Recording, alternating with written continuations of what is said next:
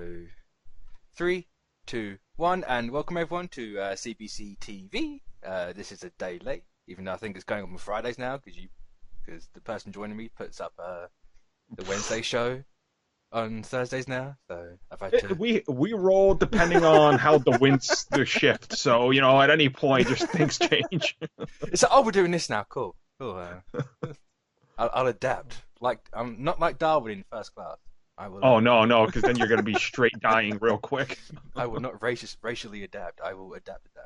But yeah, of course, Mitch692. You can find me on Twitter. I'm joined by Armin for a change. He's lost his CBCTV virginity today. So yeah, so you guys can find me at Armini's, and that's really just do that, and obviously the CBC just comic book cast. It's not that hard to find us. Oh, he stole my line.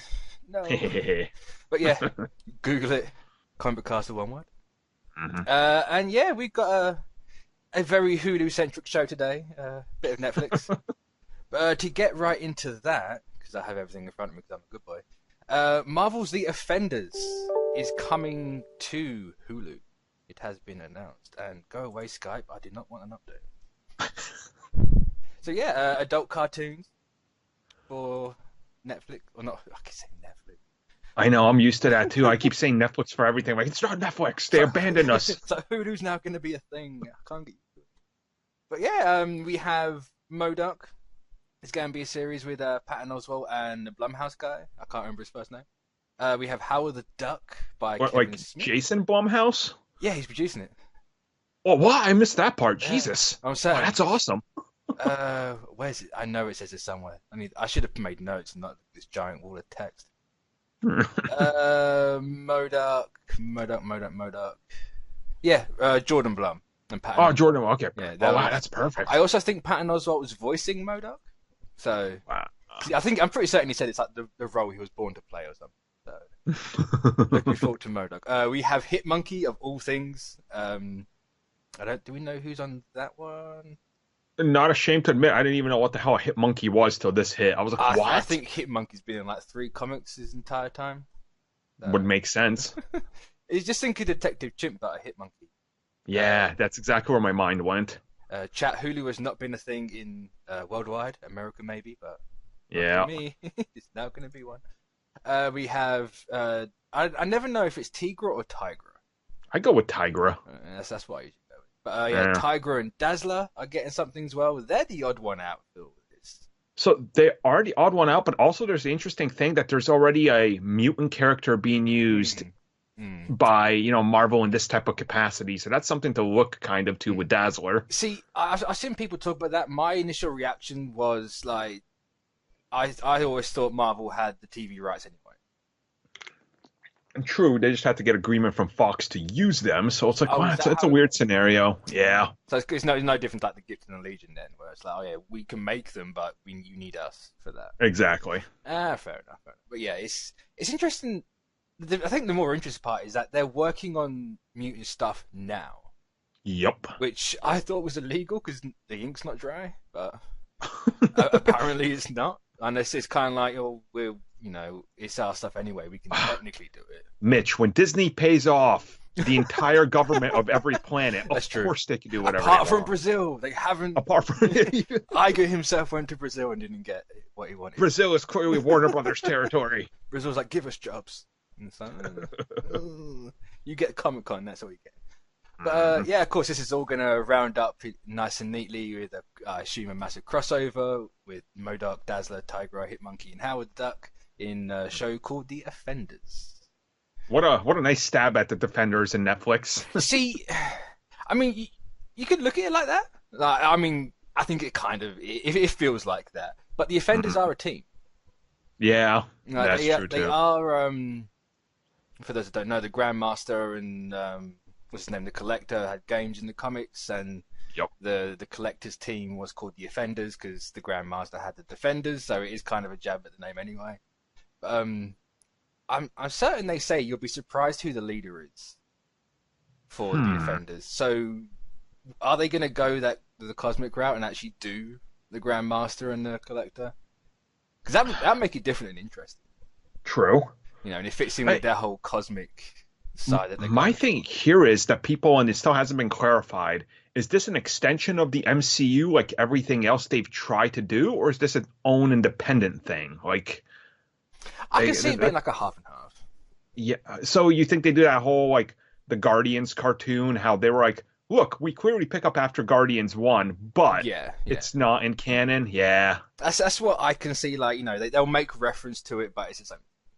Well, it's like when this was announced, I knew for about 4 months now that a giant TV crossover for Marvel TV was in the works as a cartoon, but like I had a couple things I was told. I was told Dazzler was one of them and Howard the Duck, and I was like, okay, I can see that. But like the other ones, like when they told me someone like MODOK.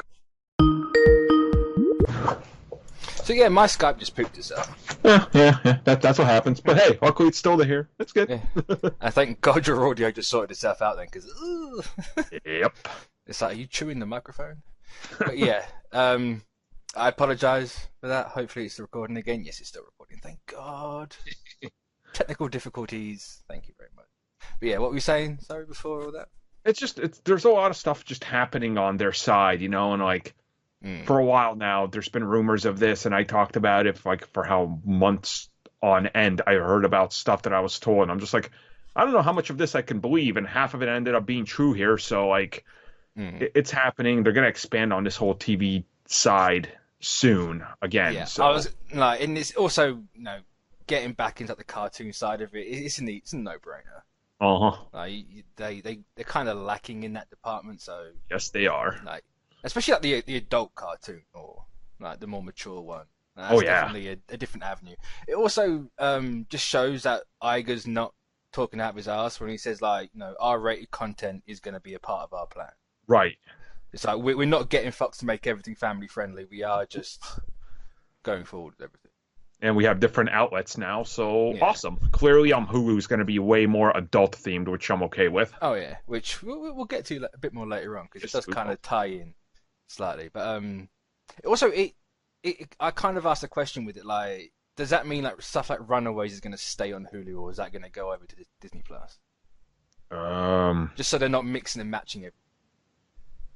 Who knows, really? Like, I mean, I think they're probably having the same discussion, right? Like, yeah, because it wouldn't surprise me, because Iger has said like, we need to make sure people are clear what is R-rated and what is not with Marvel, because obviously they've been very family friendly up until this point. So, like, to not kind of muddy that look, it's like, right, well, we're going to take all the family friendly stuff Disney Plus, R-rated stuff Hulu or FX or whatever that's how to go with. So like, that's how I can see it going. But I'm excited for all this. Same. And to see just if this is what we're getting to start off with, like where we're gonna go, like what's 2020 looking like? Right. It's looking like a really good, like, this is like, it's obviously the first step, but it's a first major step with such huge picks, and like ideas and what to do. So. And they're also like, they're so different. They're so like they're really out there and obscure characters. So like it's a nice, like, let's not do Deadpool, because I think this is kind of obvious as to why they put the brakes on that Deadpool show. It's like it doesn't really like, it would fit in, but it's not exactly what we want to do. So let's just put the brakes on that. I can 100% say that Deadpool is not dead like people think. It's just there's no it needs a new direction. That's what they want, and that's what you're gonna get. You just have to wait for it. Yeah, as I said, there's no way. Like, I wouldn't be surprised if Deadpool shows up in the event. No. Same, right? Like, what if he's the leader? I mean, yeah. A lot of people have theorized that, and I wouldn't be surprised at all. Same. Moving on to something a bit different, but still in the Hulu land. This is coming straight from Hybrid Network, so shout out to those guys. Oh. Go follow them and everything. But 2 live-action Alien series are reportedly in the works, with one being produced by Ridley Scott for Hulu. Okay, so Ridley Scott producer means diddly squat, because producer, it's like, we know what they're going to do with Scott, right? He's just going to put the stamp of approval, and that's that. It's like Lucas, we got Star Wars. Oh, look, it's Lucas approved. There you go. He has no power whatsoever. Yep. And so, and he's only producing one, so maybe like they're kind of throwing him a bone after Covenant. It's like, all right, you can do something with Covenant. Just make it. Let us make it good. Yep. Let's get away from like the weird android moment where Oh God. it's like, is it a relationship? Is that just masturbation? Well, Like, what is going on with this? I mean, let's be real about this. Alien is a viable brand Yep. if you target the core audience and have expectations for who that audience is. Trying to make Alien a billion-dollar franchise in your dreams, like that's not where we're at. No. Alien has always been this niche thing that people know, but it's not like $600 million franchise, 500 million, right? No. 2 TV series make sense to me. One, I guarantee, will probably be about the Colonial Marines. Absolutely. That makes so much sense. Too much sense. You want your human element, and they're like the human element of everything. Yep.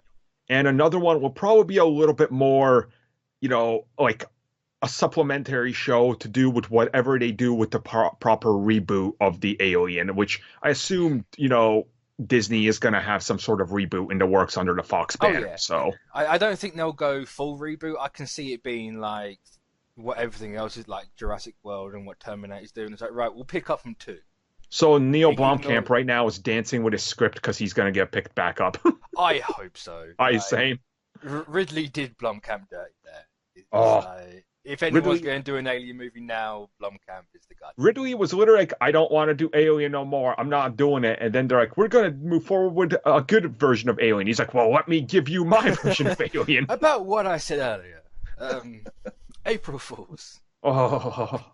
Ridley, it's August. April Fools. Yep. But, I don't think we have much details on exactly what they're doing. But as you said, I think Colonial Marines is obviously one. Mm-hmm. I'm not sure what you do for another one.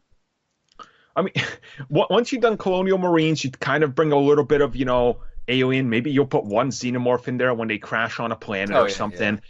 Yeah. I want to say they probably do something about an outpost researching something, and there's an outbreak in it, so it's kind of like a zombie show. So, something cheaper budget, lower to produce, but they can keep wraps on it and put like the money where it needs to go. To me, that automatically screams scientists. Things go wrong on an outpost far out in the edge of the galaxy or something. How about this? We completely expand this franchise and what genres it can do. We have Weyland Yutani, but it's The Office. I'm in.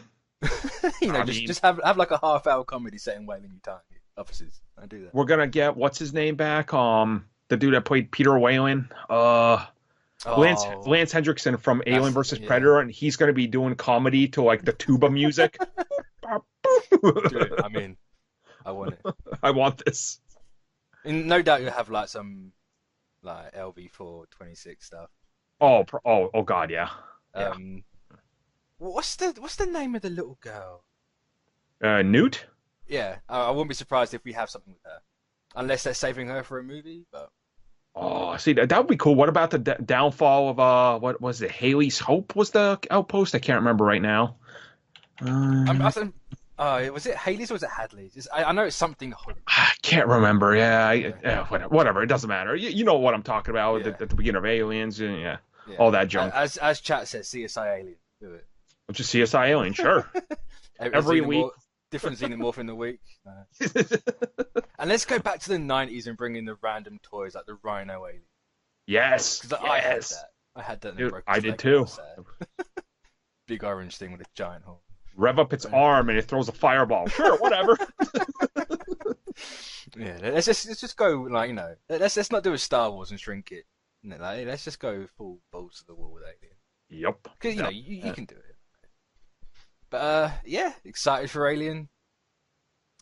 You should be too if you're an Alien fan listening. Especially that Papa Disney's going to have it, so. Oh yeah. And also, so much for they're going to buy Fox to bury everything. They're clearly making Alien content. I'm willing to bet somewhere in there we're going to get a Predator-based TV series to probably tie it all in. It feels like that should go to TV. Yeah, and say if you're going to make money off of Alien, then Predator. I mean, Predator I look at Predator, I'm like, okay, so you go shoot for 6 weeks in Louisiana, you get a complete tax write-off, and you have a Predator running around, and you make money on Hulu. Like, it writes itself. Like, what? You're not wrong. I never understand why people are struggling to make these movies. It's like they're not difficult. No. Apparently they are. Just have the one thing. The one thing you need. Let's not go like spending money on CGI aliens. Like, I'm looking at you, cover. Yep. Another bit of news that just dropped recently. Was it today it dropped? It was today. It was today. Yep. Transformers is getting a new anime because it's a Japanese cartoon. So Okay.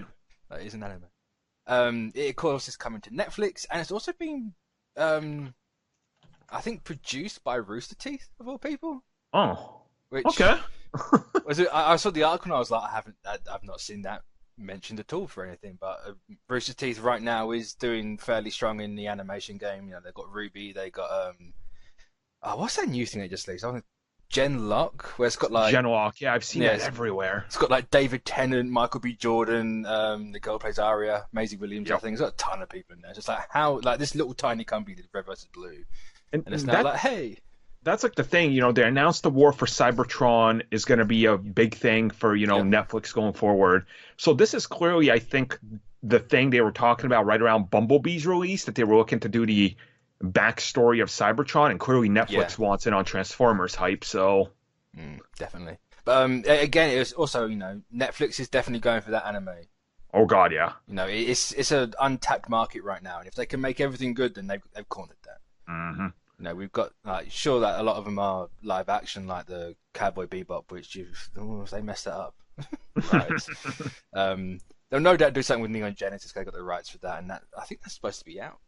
Yep. I'm not sure when that's actually getting put on the service, but that's definitely a thing. You know, they got they're doing the live action. What was it, Avatar, Last Airbender remake as well? Oh yeah, I forgot about that. They got the Dragon Prince, so they're definitely. They found a niche that's not really worked for other people, and they're putting all the chips on that table. So you know, hopefully it pans out, and it's all good. You know, I think Transformers fans are kind of starved for good content. Is there any like cartoons? I mean, I don't follow Transformers at all. So Transformers has this. I don't want to call it a real cartoon because it's like 5-minute things that were on YouTube. But it hasn't had a real core cartoon in a while, especially one that like people can really delve into the mythology. Like I believe the last one was like Prime, which ended forever ago. So, and to me, it's always I go back to Generation 1 and Beast Wars as, you know, my Transformers. So it's like I want more of that. And honestly, the whole war for Cybertron and fall for Cybertron is probably the one you want to go to, because it's like, when you get to Earth, it goes by the basic, you know, Transformers, here's what to expect. But here it's like, we can expand the mythology and what happens before they take off. And that's the cool factor, you know? It's like... Yeah. There's no, like, human element to it, which I don't know if that's a good thing or a bad thing for Transformers. You kind of need a human element, but people want their big robots smacking each other, so... And I'm excited for it. Good. That's... you know, it's nice that Transformers people can have something to look forward to. Oh, yeah. And that's not Michael Bay touched. Yeah. And no doubt this is going to be that 3D animation that everyone is using because it's so cheap. Is that like the cell-shaded looking one or whatever? Yeah. Oh, yeah, I guess. You know, kind of like the Dragon Prince and like Ruby and Genlock and all that. Yeah. Yeah, whatever. Yeah, I'll take it, but sure. I say, like, when it starts off, like, if you going back to Ruby, like, it's very janky. You know, the Dragon Prince is quite janky. It looks like frames are missing, but as it goes on, they get used to that engine. Like, it looks great. Like, you can do some pretty wild stuff. So yeah, Transformers. You know, they did Voltron fantastically. So got no doubt Transformers is going to be good as well for that. Yeah, I am hyped. I haven't been this hyped for Transformers since the Bumblebee movie, which surprised us, and before that, since like, I don't know, probably like a decade. So it's good. Ooh. Yeah. Remember the Shia LaBeouf movie? No, it didn't exist. All right, moving on to our last one. Was it the VP of original? The vice president of original content for Hulu has come out. He was interviewed, and he has said that they would be interested in picking up the Netflix Marvel shows like the Defenders, like Daredevil, Punisher, or etc. So let's be real here. Daredevil's getting picked up. I mean, Daredevil's guaranteed. Like, as long as I can get everything sorted with Netflix, Daredevil's 100%. Like, if any of them, it's that one easily. Like, people also don't realize Marvel could go to Netflix and buy him out of the contract. That is very possible. I don't think they will, but no. Here's how this goes. And it's an interesting position to be in. It's like, I look at the whole Daredevil situation, right? You can start production of the show before the 2 years is up. You just can't have the character appearing anywhere. So they could wrap up the season and just wait for that thing to expire. So it's like, well, okay, just 2 years isn't that long to wait when we waited for like a year and 8 months between some seasons. I was going to say, Jessica Jones season 1 to season 2 was 3 years. Ooh. I'm certain it was like 2015 to 2018. So it's not that big of it's not that drastic, but I think, I think the main difference is, we had the content between there with the other shows, whereas this would just be nothing. But, people waited for other things. I think Daredevil season 2 to season 3 was 2-3 years. So it's not much different anyway. Sure, it might be longer if they, they can't get out of everything, and then they can't start working on it until after those 2 years. So it might be a bit different, but again, it's not like it's much different to what we've already had. So exactly. And there's so much in these shows. Like, realistically, I don't think they bring back Iron Fist and Luke Cage. I think you just do Heroes for Hire and do an episode recapping where each one was before they come back together. It's like, I just do that. I wouldn't be surprised. Yeah. Heroes for Hire is on their cards. No, that's obvious. That you can't do the two characters that are best well known for that name and then not ever do that. Not do that, right? It makes too much sense to just put them together so you've got room for other shows, i.e. a Moon Knight or whatever. So I can see them doing that, but at the same time, I think they'd prefer to actually finish the individual seasons off. Yeah, true. No, because the way they left Luke Cage and Iron Fist, it's not exactly set up for a Heroes for Hire show because they're in very different places. Chat, I do not think they'll full reboot. I think that's probably one of the worst ideas you could do. Yeah, no. Especially Daredevil, the amount of backlash you would get with Cox and D'Onofrio is insane. And also, we're in a position where it's like, once these things move off from Netflix officially, and they're on Hulu, if they get picked up, we're automatically more part of the MCU than they were before. So. Oh yeah. They're no longer restricted to Netflix's production schedule. Yep. Because for those that don't know, that was the big thing, or that is the big thing. You can't, it's not just a case of we own these, we can put them in whenever. If Netflix say you film now, you film now. And it's kind of like the Netflix release schedule is abysmal. They're like, we're gonna air a show in January. Next season coming next October. You're like, wait, a year and a half? They're like, yeah. Okay, sure. Like, I'll forget the show ever existed. That's great. That's a great plan to release a schedule. Like what? Yeah, it's like, but then it obviously you must sticking to Netflix's stuff must have been a bit difficult for what they were, because we know that they have wanted to put these characters in movies before. They talked about Civil War, they talked about Infinity War. Yep. It's just like a lot of production stuff, like scheduling issues behind it. So, everyone being like, oh no, Feige and Loeb hate each other, they don't get on, they're not connected. It's like, stop. Yeah. Come on. It's a little more logistical, dealing with two different separate entities on different sides of the country with different. Yeah, it's more complex than that. Yeah. And now, you might not get Daredevil and Spider-Man because that's a Sony issue, not a Marvel thing. I think that's probably what they'd push for the first one. Right. Because why wouldn't you push for that one? It makes the most sense. It's easy. It'll be the easiest to do. Not like behind the scenes stuff, but I think the odds of them getting it are high. Same. I don't see Hulu not getting it unless Netflix are like, no. And it's like, look, you got Millar World. No one really cares about that because it's Mark Millar, but you got that. You got all the anime stuff. You don't need these shows. You clearly don't want these shows because you cancelled everything. Yep. They haven't outright cancelled Punisher yet, but let's be honest. Punisher's gonna go. Let's be real. If Punisher outlasts freaking Daredevil, I will be shocked. I've said it. I said it since Punisher came out. Watch this be the one they don't cancel out of spite. Just be like, no, we're keeping that one. Even though apparently more people watched Daredevil than Punisher last month, so it's just like I think that kind of tells you something. Netflix, you're done goofed. Yep. Even though I don't think these shows were ever gonna stay on Netflix. No, I think even once the contract runs out, which I think September or around then this year, like they're probably going to move in. You know, Disney want all their stuff on Disney Plus and Hulu, like their own stuff. Like they don't want they don't want it on a competing thing. So because the contract was signed like 2013, I think.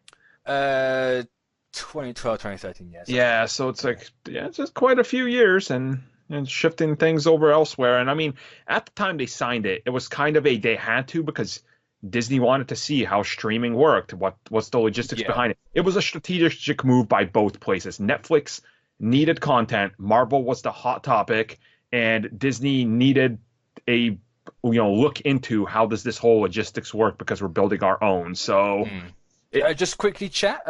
Runaways, Cloak and Dagger, and Shield are all in the MCU. Yep. Like until they say otherwise, they are in there. Like everything's all part of one. You know, Shield has had what's her name? She's getting a fucking Disney Plus show. Sif. Yeah. They've had Alexander. I can't remember her name. Alexander on there. So you know, there's clear crossover there. Just this last year, we've had Rand mentioned on Runaways. We've had Cloak and Dagger openly mentions that the cop is from Harlem. She's mentioned up there in Luke Cage. Like it's all there, but like you don't need it all to be in your face. You know, like I always say, how many people living in the United States know the person that died down the street in like Mumbai, right? Like nobody. Exactly. Like, does anyone know anyone in China right now? Like, obviously some people will, but like. But you don't know what's happening down. Right, exactly. It's like that's kind of how you have to take it. Like you're not going to have everybody in the world just constantly walking around the streets being like, "Where's Tony Stark? I love Tony Stark. Tony Stark." That's not how it goes. Come on, that's not the world. Yeah, it's I get the frustration. People want everything to cross over, just like for it to be validated that it's connected. But give it time. Yeah, time. Like these. Like the Disney Plus shows that they've announced, like Loki, Vision, and Scarlet Witch, they're probably gonna have some potential crossover and everything there. So, no doubt, since they'll be all under their own schedule, it'll be easy to sort out. Yep. So, the Netflix people do have movie contracts. So. Yeah. So that will happen. Good stuff. So yeah, just to say it again, I think it's a matter of time. Oh God, yeah. It's you can pretty much see it, like especially with all the outrage that was caused by the cancellation of Netflix. I think there's something there where Hulu can come in and be the savior. So the numbers it will pull in as well. It's like look what we have, like the thing that everyone's been crying about for the last 6 months. And on top of that, they're gonna have more Runaways. The Offenders, you bring back some of these canceled shows, you greenlight a couple new shows. Like Hulu can literally become like this giant Marvel outlet while Disney Plus does the even higher budget productions. Like it makes sense. You can see what they're trying to do here. Absolutely, it's of course like Hulu's the hub for the more mature Marvel. Yep. And you just advertise it that way. So if it's got the Hulu logo, God damn it, I can't talk today. I'm tired. I apologize. Just like exhausted after yesterday. But yeah, so hopefully we'll find out soon. I think it'd be nice if by April, with that big investors where they're demoing Disney Plus to investors and everything, and no doubt they're going to announce a ton of stuff that might have leaked before and that might not have leaked. So it'd be nice if we get it by then. I don't know the odds on if it's going to be that soon, but who knows? It'll be nice if it did. But yeah, that will bring us to the end of the news for this week. I don't know how much longer you can hang around for because you're a busy man. A minute. Right. Since you're here for a minute, have Punisher Season 2, quick thoughts, go. Okay, Punisher Season 2. I started off a little slow. I wasn't feeling it. Picks up, becomes the Punisher for the last 4 episodes. Like, oh my God, this is brutal and violent and glorious, and it ends on a way that if they cancel it, it's a perfect ending for the series. So he's had 3 seasons. Like, let's be real, Daredevil He's at season 2.5. 2. He's at Yeah, 2.5. exactly. So it's like he's had his due. They end it. He's the Punisher. He's set in a direction, and I felt like it did the character good. Like I enjoyed season 2 a lot more than season 1, I would say, overall once it ends. I would actually I'd agree with that. I think what made me like and stick with season 2 was Amy. I know it's kind of a hot take and people don't like that character, but I don't know. I enjoyed having that different element for Frank to deal with. Like, yes, that was Micro in season 1, but I think this one it was different enough that it worked more for me. Yeah. No, I've always said that I'm a hard sell for a Punisher. Anything like comics, shows, movies, like I'm always like he's a bit one note for me. So I did have ups and downs with this season. Like I started off enjoying it, then it dipped in the middle, and then at the end it came back for me. That is a problem with Frank. What I always say about him is the supporting cast needs to be good, because if Frank is left on his own, it doesn't work. So that's how it is. That the show kind of fixed that with season 2. So also, I can't tell if John Bernthal's skin is now just red or if he's white. Like, which one is he? Like, because it was really like I watched Kimmy Schmidt, like the final season of that, right after Punisher. I'm like, is that his skin color or is that me? That's how much they painted him. Yeah, it was also weird because like he was kind of like he was hitting on Titus if you watch that show, and it's just like this is such a stark contrast. It's like we've gone from Frank Castle to this. It's like whoa. That's funny. And now, just quickly, have you watched Deadly Class? I have not. I have it sitting on Apple TV. I'm gonna watch it when a few more episodes get done. I was gonna say we're on episode 5 now, or 5 just came on Wednesday. It's only 10 episodes, so not long. Highly recommend that show. It's very different to the normal comic book shows. If you want a basic pitch, just like 80s counterculture set in like a school for deadly arts. Yep. And it ties into the MCU because you know why Wong dipped out in Infinity. So. Yeah, it looked really good. I want to get into it. I'm just waiting. That's kind of it. Yeah, it's definitely a high recommend for me. Sweet. So definitely check that. Hell yeah. But yeah. Also, episode 5 was really trippy. Like, if you like a bit of drugs and a bit of trippiness. I sat through 2 seasons of Legion. I'm ready. Oh, it kind of takes what Legion did with the fight with him in the Shadow King. It kind of takes that route for like all different animation styles. It's really nice and really cool. I love that fight. So and it gets quite funny now, just what happens to it. But, nice. God bless the Acid King. Is all I say for that. but yes, that's going to bring us to an end. I won't spend much more time on those anyway. So thanks for everyone for listening, and we will catch you all next time. Later, folks. Bye.